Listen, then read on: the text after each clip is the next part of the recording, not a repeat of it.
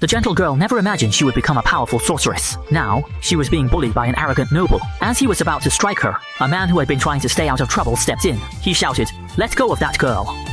Belen sneered, "Who dares to spoil my fun?" The knight, Jianqi, immediately drew his sword and demanded, "Name yourself." Joshua issued a warning. Drawing a sword means taking responsibility. The knight felt Joshua's murderous aura and trembled. He couldn't believe it came from a boy. Baron, seeing the trembling Muko, shouted, "What are you waiting for? Finish him off."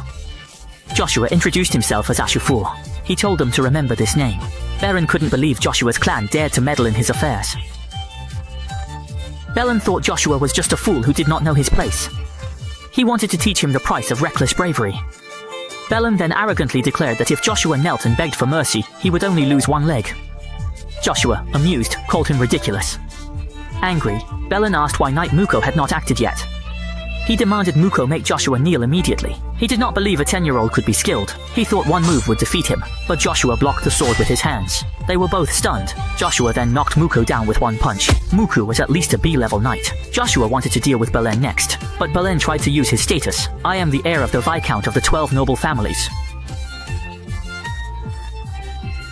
Before he could even finish his sentence, Joshua's punch hurled him into a tree, leaving him unconscious. Joshua approached, ready to strike again. Muko, having just come to, pleaded for mercy, admitting his fault and begging for their lives. Joshua's eyes were cold and unyielding. Muko had to face the consequences of drawing his sword. Joshua was relentless with his enemies. Witnessing Joshua's approach, he abandoned his knightly dignity and continued to bow and admit his mistakes. He even offered his arm as penance. Joshua, reminded of someone who had once sacrificed for him, still reached for Baron's neck. He removed the ring from the necklace and drew a line. "Let him come to me.